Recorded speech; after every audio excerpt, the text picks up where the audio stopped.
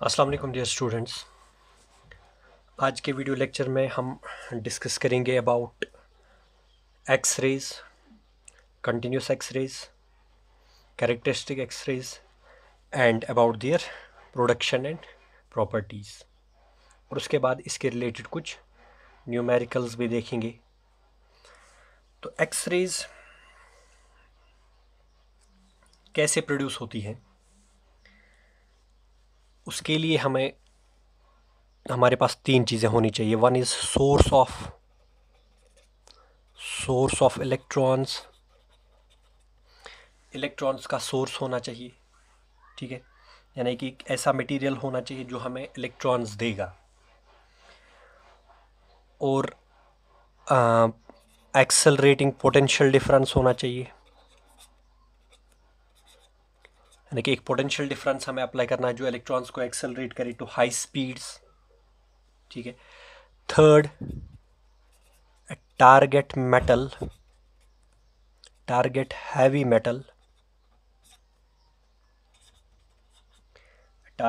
Metal of high atomic weight and melting point, ठीक है। तो एक टारगेट हैवी मेटल हमें चाहिए जिस पे इलेक्ट्रॉन्स पड़ जाएंगी और उसका जो एटॉमिक नंबर है, एटॉमिक वेट है, वो ज़्यादा होना चाहिए और मेल्टिंग पॉइंट भी हाई होना चाहिए। तो इसके लिए एक सिस्टम बनाया जाता है that is called as Coolidge tube.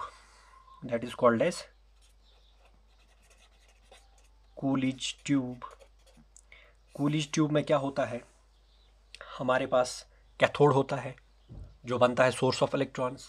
Cathode में क्या होता है, एक फिलामेंट होता है। फिलामेंट को हम हीट करते हैं बाई सप्लाइंग करंट, ठीक है। तो जब वहाँ पे हीट प्रोड्यूस होती है तो इलेक्ट्रॉन्स निकलते हैं, ठीक है, बाई थर्मो आयोनिक एमिशन। और जनरली जो ये कैथोड है वो बना होता है टंगस्टन का, कोटेड बाय बेरियम ऑक्साइड, ठीक है। तो यहाँ से जो इलेक्ट्रॉन्स निकलते हैं उनको हम हाई पोटेंशियल डिफरेंस से एक्सेलरेट करते हैं। कितना पोटेंशियल डिफरेंस होता है यहाँ पे, 10 किलो वोल्ट से लेके 80 किलो वोल्ट तक। इस पोटेंशियल डिफरेंस पे हम इलेक्ट्रॉन्स को एक्सेलरेट करते हैं कूलिज ट्यूब में, तो वो बहुत हाई स्पीड से टारगेट को हिट करते हैं। जो टारगेट मेटल है वो भी हो सकता है टंगस्टन का या मोलिब्डेनम का, ठीक है, और उसको हम कॉपर ब्लॉक के अंदर बंद करते हैं, एम्बेड करते हैं, ठीक है।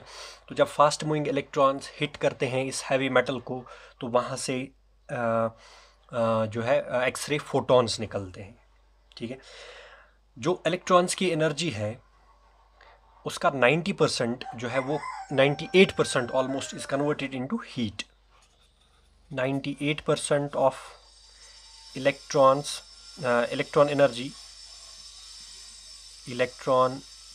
Energy results in heat. तो बाकी जो बचे 2%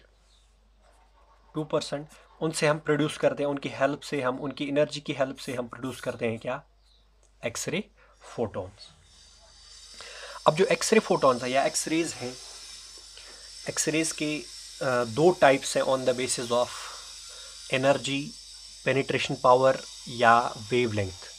those two types are hard X rays and soft X rays. जो हार्ड एक्सरेज हैं इनका पेनिट्रेशन पावर बहुत हाई होता है, हाई पेनिट्रेटिंग पावर, ठीक है। और इनकी जो वेवलेंथ होती है, इनकी वेवलेंथ कम होती है, 0.1 एंगस्ट्रॉम से लेके अप टू 5 एंगस्ट्रॉम तक या अप टू 10 एंगस्ट्रॉम तक भी हम कह सकते हैं। और इनकी जो फ्रीक्वेंसी होती है न्यू, उसका ऑर्डर होता है 10⁻19 हर्ट्ज का। देखिए बहुत हाई एनर्जेटिक एक्सरेज होते हैं, these are called as hard X rays. Second type is soft X rays. इनका लो पेनिट्रेशन पावर होता है, लो पेनिट्रेटिंग पावर। इनकी जो वेवलेंथ होती है तो हाई होंगी, यानी कि 5 एंगस्ट्रॉम या 10 एंगस्ट्रॉम से लेके 100 एंगस्ट्रॉम तक, ठीक है, या 5 एंगस्ट्रॉम से लेके 100 एंगस्ट्रॉम तक। और इनकी जो फ्रीक्वेंसी होगी वो कम होगी, of the order of 10⁻16 hertz. Hard X rays की फ्रीक्वेंसी होती है ऑफ द ऑर्डर ऑफ 10⁻19, इनकी ऑफ द ऑर्डर ऑफ 10⁻16। तो ये बात आपको याद रखनी चाहिए कि जो एक्सरेज की प्रोडक्शन है that is reverse photo electric effect या reverse of photo electric effect. Photo electric effect में हम क्या करते थे, फोटॉन्स को इंसिडेंट करते थे मेटल सरफेस पे, वहाँ से निकल रहे हैं इलेक्ट्रॉन्स। एक्सरेज के प्रोडक्शन के केस में हम क्या कर रहे हैं, फास्ट मूविंग इलेक्ट्रॉन्स को इंसिडेंट कर रहे हैं मेटल पे, वहाँ से निकाल रहे हैं X ray photon. So it is reverse of photo electric effect. तो on the basis of production there are two types of X rays, one is continuous and another is characteristic X rays. पहले बात करेंगे हम कंटिन्यूस एक्सरेज की। Continuous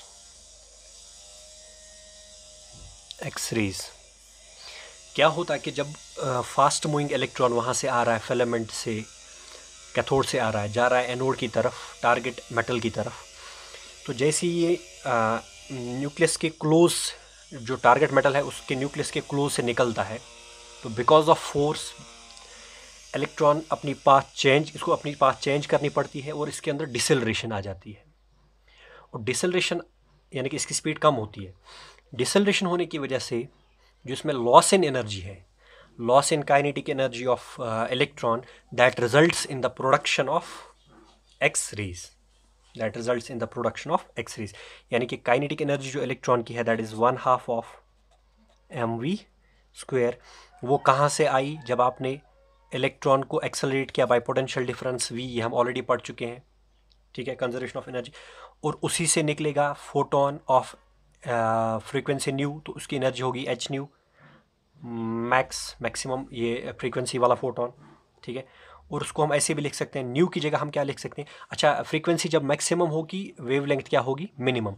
और wavelength, ये frequency किसके बराबर होता है, फ्रीक्वेंसी किसके बराबर होता है, c डिवाइडेड बाय लैम्डा, तो आएगा hc/λ। और लैम्डा के लिए हम क्या लिखेंगे, मिनिमम, क्योंकि minimum energy, minimum X ray, minimum wavelength वाला फोटोन वही होगा मैक्सिमम फ्रीक्वेंसी वाला फोटोन।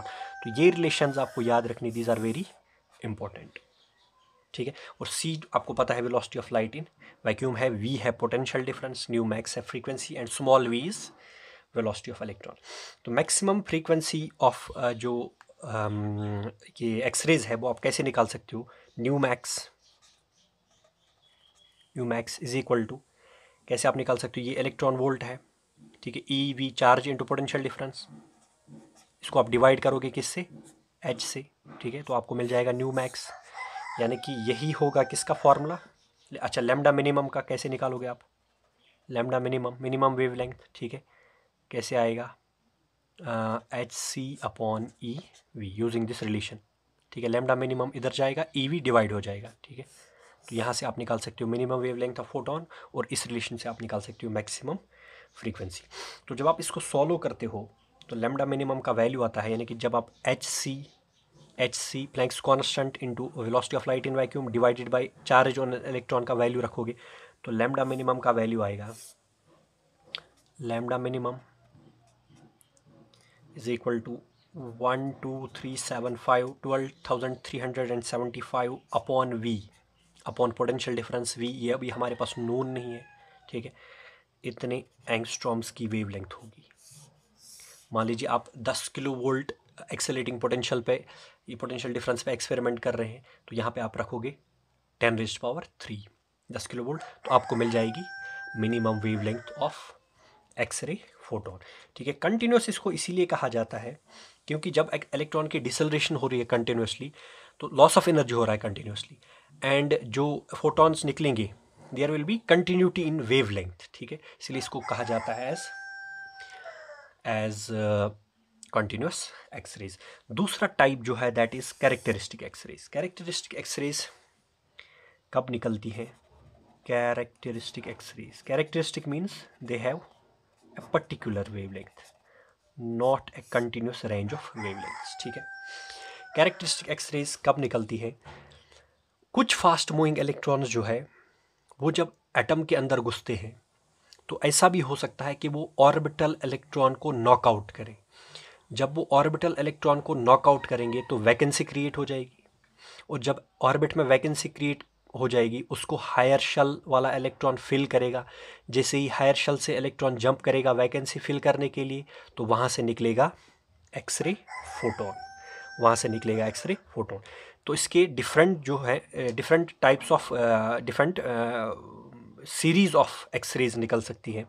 जैसे अगर हम बात करेंगे लेवल्स की, सबसे जो नीचे लेवल है दैट इज के शेल, दिस इज के, ठीक है। इसके ऊपर क्या होगा एल, फिर उसके ऊपर एम शेल, फिर उसके ऊपर एन शेल, इसी तरह से आगे ओ शेल, ठीक है, ओ शेल, ठीक है। तो हमने कितनी लेवल्स ली 1 2 3 4 5, n is equal to 1, n is equal to 2, n is equal 3, n is equal 4, n is equal 5, ठीक है। मान लीजिए अगर सपोज के शेल से इलेक्ट्रॉन निकला, यानी कि फास्ट मूविंग इलेक्ट्रॉन वहाँ से आया, वो टकरा गया टारगेट मेटल के एटम के साथ, उसने के शेल में से इलेक्ट्रॉन निकाला। के शेल में से जब इलेक्ट्रॉन निकला, यानी कि n इज इक्वल टू कितना है 1, के शेल से जब इलेक्ट्रॉन निकलेगा तो इसकी वैकेंसी को फिल कौन करेगा? या तो एल शेल से इलेक्ट्रॉन जंप करेगा नीचे की तरफ, या तो एम शेल से इलेक्ट्रॉन जंप करेगा, या एन शेल से इलेक्ट्रॉन जंप करेगा नीचे की तरफ, ठीक है। तो इस ट्रांजिशन के according wavelength of x ray photon determine होगी। तो एल से अगर इलेक्ट्रॉन जंप करेगा वैकेंसी फिल करेगा के में, तो जो लाइन निकलती है दैट इज कॉल्ड एज के अल्फा लाइन, उसका हम क्या बोलते हैं, जो एक्सरे निकलती है दैट इज कॉल्ड एज के अल्फा लाइन, ठीक है। इसी तरह से अगर एम शेल वाला इलेक्ट्रॉन के शेल वाले इलेक्ट्रॉन की वैकेंसी को फिल करेगा तो के बीटा लाइन निकलेगी, जो वेवलेंथ निकलेगी दैट इज कॉल्ड एज के बीटा लाइन। इसी तरह से ये कहलाएगा के गामा, ठीक है। और आप इनकी वेवलेंथ्स निकाल सकते हैं।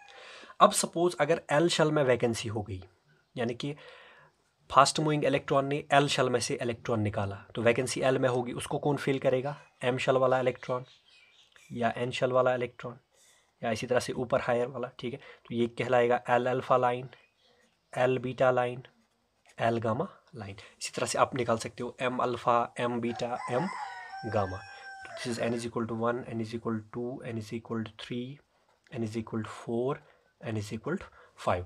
तो ये सीरीज के थ्रू आप निकाल सकते हो वेवलेंथ्स ऑफ डिफरेंट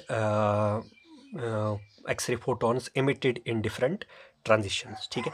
अब यहाँ पे जो नाम है कैरेक्टरिस्टिक एक्सरेज, यहाँ पे जो वेवलेंथ है that will be dependent upon the transition, कौन सा ट्रांजिशन हो रहा है, तो उसी के अकॉर्डिंग वेवलेंथ डिटरमाइन होगी। तो कोई भी वेवलेंथ निकलना यहाँ पे पॉसिबल नहीं है, particular values of wavelengths of X ray photons emit होंगे, इसीलिए इस वाली एक्सरेज का नाम क्या होता है?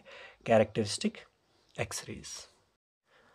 अब कुछ इंपॉर्टेंट पॉइंट्स है यहाँ पे, जैसे एक बात कि लैम्डा के अल्फा, यानी कि जो के अल्फा लाइन है, के अल्फा वाली जो लाइन है उसकी वेवलेंथ लेस देन होगी lambda L alpha, and that is less than lambda M alpha. यानी कि अगर आप अल्फा वाली लाइन ले रहे हो, फर्स्ट लाइन के सीरीज़ की, फर्स्ट लाइन एल सीरीज़ की, फर्स्ट लाइन एम सीरीज़ की, तो के लाइन की वेवलेंथ कम होगी के अल्फ़ा की, उससे ज़्यादा होगी एल अल्फ़ा की, उससे ज़्यादा होगी एम अल्फ़ा की। और अगर आप फ्रीक्वेंसी में ऑर्डर लिखना चाहते हो तो इसका रिवर्स होगा, क्योंकि अगर कोई वेवलेंथ कम है मीन्स उसके कॉरस्पॉन्डिंग जो फ्रीक्वेंसी होगी वो ज़्यादा होगी, ठीक है।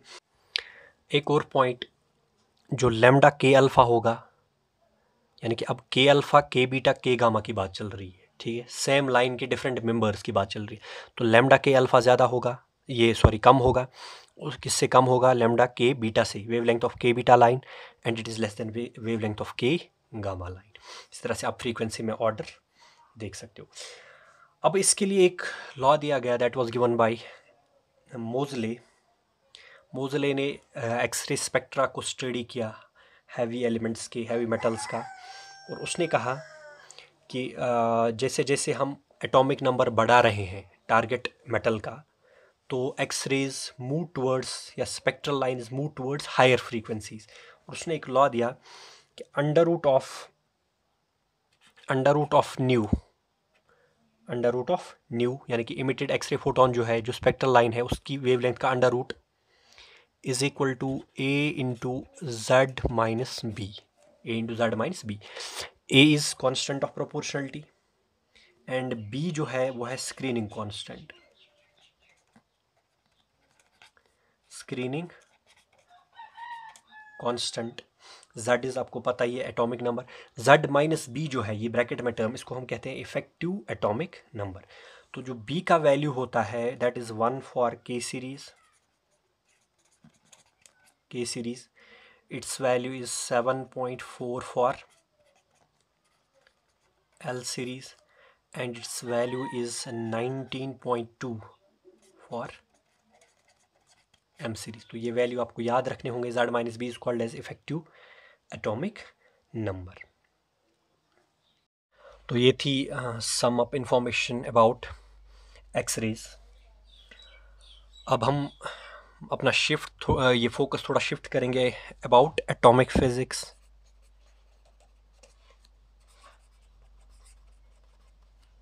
यानी कि एटम के बारे में डिस्कशन हमारा होगा. अब you know that structure of atom के लिए जो पहला मॉडल दिया गया थॉमसन्स प्लम पढ़ी, उसके बाद मैं डायरेक्टली आ जाऊंगा रदरफोर्ड मॉडल पे. वो आपने पढ़ा अच्छे से. That leads to the discovery of nucleus. ठीक है. It's a hard object carrying positive charge and most of the mass of atom is concentrated in nucleus. तो अब हम इसके बाद जो मॉडल दिया गया that was Bohr's model. Bohr's model की अगर हम बात करेंगे, बोर मॉडल ने क्या कहा कि जो इलेक्ट्रॉन्स हैं वो ऑर्बिटिंग करते हैं around nucleus in discrete non radiating orbits. ठीक है. डिस्क्रीट नॉन रेडिएटिंग ऑर्बिट्स, या जिनको हम बोलते हैं स्टेशनरी स्टेट्स या स्टेशनरी एनर्जी लेवल्स. और उन्हीं लेवल्स में इलेक्ट्रॉन रिवॉल्व कर सकता है जिनमें रिवॉल्व करके इलेक्ट्रॉन का एंगुलर मोमेंटम h/2 का इंटीग्रल मल्टीपल होगा. ठीक है. Where h is Planck's constant.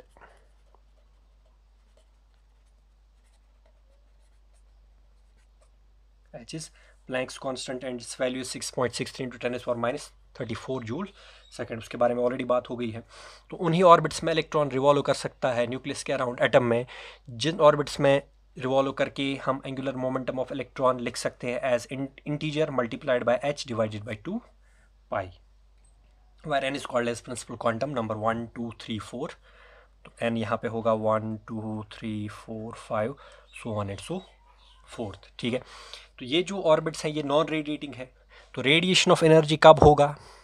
जब एक इलेक्ट्रॉन जंप करेगा from higher level to lower level, और जो डिफरेंस ऑफ एनर्जी होगा that is E1 minus E2, उसी के बराबर एक फोटोन निकलेगा और उसकी एनर्जी होगी h nu. That is exactly equal to the difference in the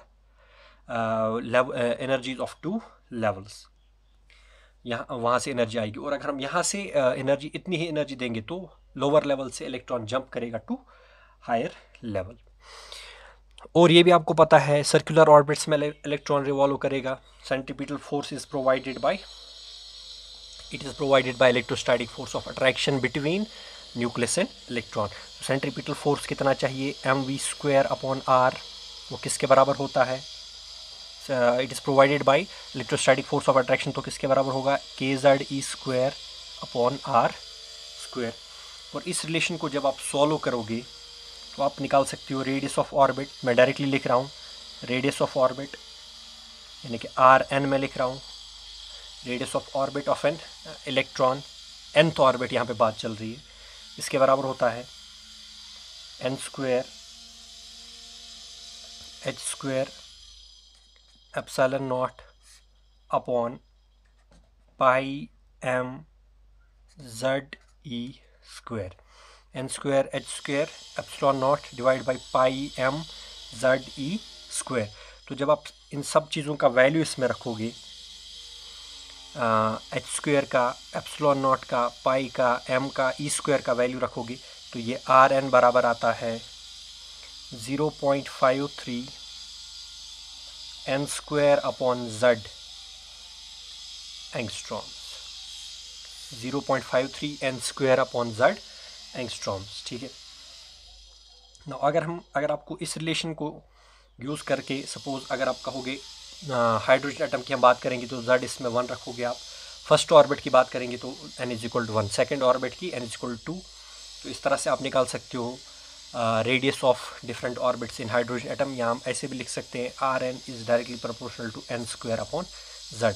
और इसी तरह से आप रेशो भी निकाल सकते हो, जैसे मैं कहूँगा फर्स्ट ऑर्बिट और थर्ड ऑर्बिट की रेडियस का रेशो, तो यहाँ पे आएगा R1 और R3, यहाँ पे आएगा 1 स्क्वायर एंड 3 स्क्वायर, फिर आप डिवाइड करके रेशो निकाल सकते हो। ठीक है। और ग्राफ अगर आप प्लॉट करना चाहोगे RN और n स्क्वायर के बीच या RN और n के बीच, यहाँ पे RN दिखाया, यहाँ पे n, तो ग्राफ समवट लाइक दिस होगा बिकॉज ये स्क्वायर वाला ग्राफ है, पैराबोलिक होगा। वेलोसिटी की बात करेंगे, another important parameter, velocity of electron in nth orbit Vn is equal to ZE square upon 2 epsilon naught NH, या इसको हम सॉल्व करके ऐसे भी लिख सकते हैं, Vn is equal to velocity of electron in nth orbit is equal to 2.2 into 10⁻⁶ Z divided by n, आगे आएगा मीटर पर सेकेंड। ठीक है।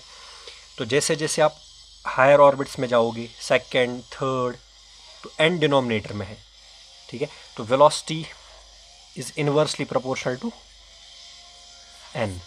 तो जैसे जैसे आप न्यूक्लियस से दूर जाओगे, इलेक्ट्रॉन की वेलोसिटी उतनी ही कम होती जाएगी, और जो ग्राफ होगा ये Vn है, ये n है, it will be decreasing graph like this, inversely proportional to n। इसी तरह से अगर हम काइनेटिक एनर्जीज और पोटेंशियल एनर्जीज की बात करेंगे, first we will write down the formula for potential energy. जो पोटेंशियल एनर्जी इलेक्ट्रॉन की होगी न्यूक्लियस के फील्ड में in the orbit of atom, that is U is equal to, that will be negative because electron is bound to nucleus, minus kz e square upon Rn, minus kz e square upon Rn। k आपको पता है 1/4 pi epsilon naught, kz e square upon Rn। अगर magnitude हम लिखेंगे U का magnitude, then it is kz e square upon Rn, it will be positive. इसी तरह से kinetic energy T is equal to, यहाँ K लिखेंगे, हम K सिंबल यूज़ करेंगे, K इज इक्वल टू, इसका मैं फाइनल रिजल्ट लिख रहा हूँ, small k Z E square upon 2Rn, यानी कि K जो है, कैपिटल K पोटेंशियल एनर्जी जो है, kz e square upon Rn, kz e square upon Rn की जगह मैं क्या लिख सकता हूँ, U, mod of potential energy by half, यानी कि काइनेटिक एनर्जी जो है वो पोटेंशियल एनर्जी के मैग्नीट्यूड के का हाफ होती है। ठीक है। तो total energy E is equal to U plus के sum of kinetic and potential. तो टोटल एनर्जी जो आएगा, टोटल एनर्जी का फॉर्मूला उसको हम लिखेंगे, total energy E is equal to आएगा minus kz e square upon 2Rn, यानी कि इसको आप सम करोगे विद साइन, तो आंसर फिर से माइनस आएगा because total energy is negative because electron is bound to nucleus, minus kz e square upon 2Rn। और आप ये भी लिख सकते हो कि ये kinetic magnitude of total energy, यानी कि मॉड ऑफ E किसके बराबर होता है, काइनेटिक एनर्जी के बराबर होता है, और ये पोटेंशियल एनर्जी का क्या होता है, हाफ। तो इसको जब अगर हम फाइनल फॉर्मूला इसका लिखेंगे, ये क्या आएगा, तो it will come out to B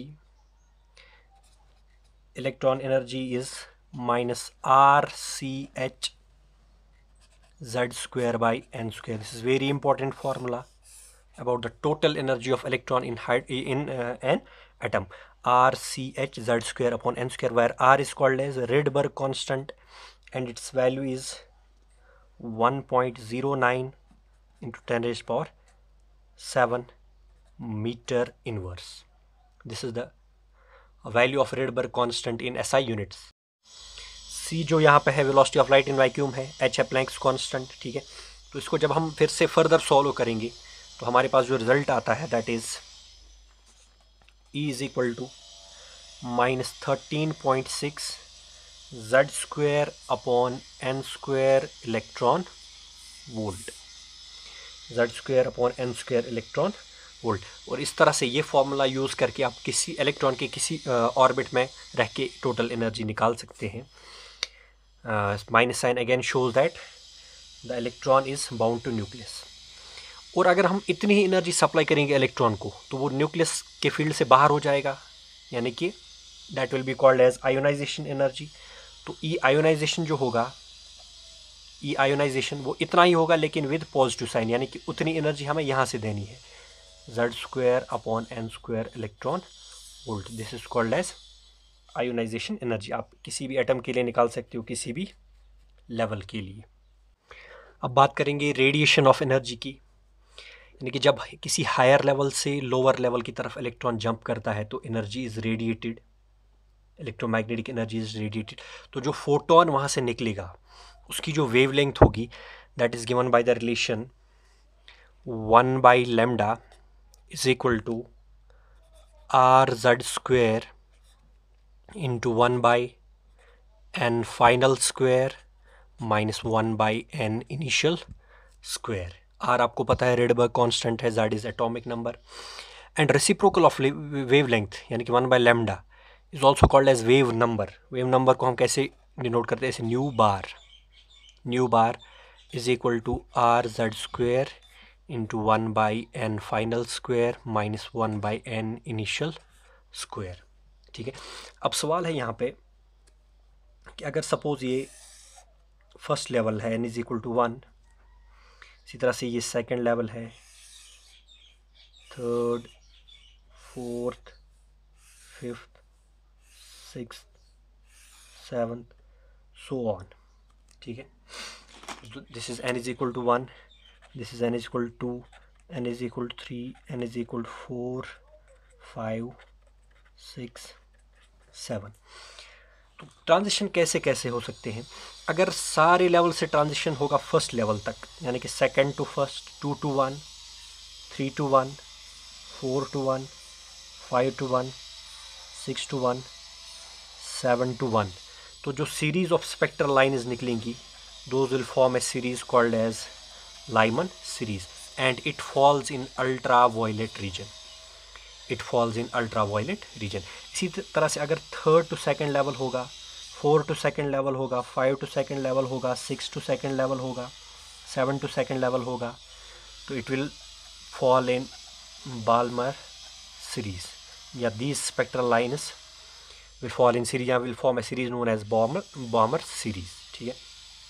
और जो बाल्मर सीरीज है ये फॉल करती है इन विजिबल रीजन, ठीक है। इसी तरह से फिर अगर 4 से थर्ड होगा, 5th से थर्ड होगा, 6 से थर्ड होगा, 7 से थर्ड होगा, तो यहाँ पे जो सीरीज ऑफ स्पेक्ट्रल लाइन्स बनेगी that is called as Paschen series and that falls in infrared region. इसी तरह से हमारे पास है ब्रैकेट एंड पी फंड या फंड सीरीज, ठीक है। तो हम इसका एक यहाँ फॉर्मूला हम लिखेंगे। अगर मैं बात करूँगा लाइमन सीरीज की, for Lyman series n final क्या है 1, ठीक है, एंड एन इनिशियल क्या क्या हो सकता है 2, 3, 4, 5 अप टू इन्फिनिटी, ठीक है। तो लाइमन सीरीज के लिए आप वेव नंबर का फॉर्मूला कैसे लिखोगे, RZ square into 1/n final square is 1 minus 1/n initial square, यानी कि 1/2 स्क्वायर, 1/3 स्क्वायर, 1/4 स्क्वायर, जिस मेंबर का आपको निकालना होगा। जैसे मैं कहूँगा आपसे कि लाइमन सीरीज़ का जो पहला मेंबर है उसकी वेवलेंथ आप निकालिए या उसका वेव नंबर आप निकालिए, तो क्या करोगे, n, ये तो लाइमन सीरीज़ है तो n फाइनल तो है ही 1, यहाँ पे 1 डिवाइडेड बाई 1 आएगा, माइनस n इनिशियल क्या होगा 2। अगर मैं second member of Lyman series की बात करूँ तो n initial is 3, third member की n initial is 4, so on and so fourth. इसी तरह से बात अगर करेंगे बाल्मर सीरीज़ के लिए, फॉर बामर सीरीज़, तो फाइनली ट्रांजिशन कहाँ पे रुकता है बामर सीरीज़ के लिए, n इज इक्वल टू 2 में, n final is 2, n initial क्या क्या हो सकता है 3, 4, 5 so on and so forth up to infinity.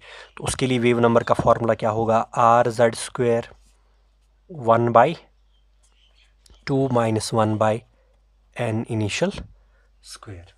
ठीक है, तो अगर मैं कहूँ first member of Balmer series तो 3 to 2 ट्रांजिशन होगा, second member of Balmer series 4 to 2 transition होगा, थर्ड मेंबर 5 to 2। तो ऐसे ही आप लैम्डा मिनिमम भी निकाल सकते हैं, लैम्डा मैक्सिमम भी निकाल सकते हैं, यानी कि मिनिमम वेव नंबर भी निकाल सकते हैं, मैक्सिमम वेव नंबर भी निकाल सकते हैं, मिनिमम फ्रीक्वेंसी भी निकाल सकते हैं, मैक्सिमम फ्रीक्वेंसी भी निकाल सकते हैं। और आपको पता है कि अगर आपको लैम्डा पता चल गया तो you can find frequency, you can find wave number.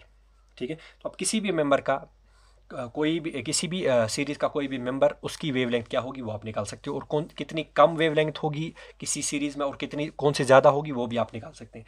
इसी तरह से अगर मैं कहूँगा for Paschen series n initial is n final is 3, n initial is 4, 5, 6, 7, 8। इसी तरह से for Brackett series n final is 4 और एन इनिशियल इज 5, 6, 7, 8 ऐसे ही। इस तरह से for fund series n initial is n final is 5th 5 and n initial is 6, 7, 8 ऊपर जितने भी होंगे लेवल्स। ठीक है, तो आप किसी भी मेंबर की वेवलेंथ निकाल सकते हैं। अब बोहर मॉडल की कुछ लिमिटेशंस भी हैं। जैसे अगर मैं पहली लिमिटेशन की बात करूँगा, ये खाली एप्लीकेबल है 1 इलेक्ट्रॉन सिस्टम के लिए। जैसे 1 इलेक्ट्रॉन सिस्टम, 1 इलेक्ट्रॉन सिस्टम का मतलब क्या होता है, हाइड्रोजन एटम है या हीलियम से आप निकालो 1 इलेक्ट्रॉन हीलियम प्लस। ठीक है, इसी तरह से लिथियम में आप 2 इलेक्ट्रॉन निकालो Li प्लस 2। ठीक है, इनके लिए ये रिजल्ट्स एक्सप्लेन करता है, but not for many electron system.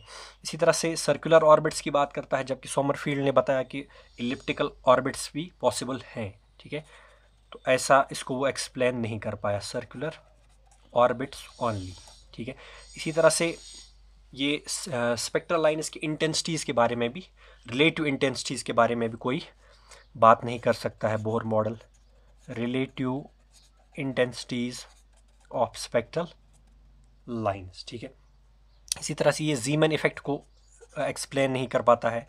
ज़ीमन effect क्या होता है, जब हम एक एटम को मैग्नेटिक फील्ड में रखेंगे तो स्प्लिटिंग ऑफ स्पेक्ट्रल लाइन्स होंगी। एक स्पेक्ट्रल लाइन जो है, एक ट्रांजिशन जो है, उसके कॉरस्पॉन्डिंग जो वेव नंबर है या वेव लेंथ है वो स्प्लिट होगा into many spectral lines, that is called as Zeeman effect in presence of magnetic field. उसको एक्सप्लेन नहीं कर पाया। इसी तरह से splitting of spectral lines in terms of electric field भी हो सकता है, that is called as Stark effect. ठीक है, तो this is splitting of spectral lines in terms of electric field. तो इन सारी चीज़ों को एक्सप्लेन नहीं कर पाया बोर मॉडल, तो इसीलिए फिर हम जाते हैं quantum mechanical model of atom, जिसमें फिर हाइजेनबर्ग्स अनसर्टेनिटी प्रिंसिपल की हम बात करते हैं, श्रोडिंगर वेव इक्वेशन की बात करते हैं, प्रोबेबिलिटी की बात करते हैं, वेव फंक्शन की बात करते हैं। तो वहाँ पे वेव फंक्शन असाइन करके हम एटम के स्ट्रक्चर को एक्सप्लेन करते हैं, और इन सारी चीज़ों को, ज़ीमन इफेक्ट को, स्टार्क इफेक्ट को, इन सब चीज़ों को एक्सप्लेन करते हैं क्वांटम मैकेनिकली। तो नेक्स्ट लेक्चर में हम देखेंगे इसके रिलेटेड जो न्यूमेरिकल प्रॉब्लम्स होंगे, न्यूमेरिकल्स 10, 20 जितने भी पॉसिबल होंगे, that will be done in next lecture. Thank you.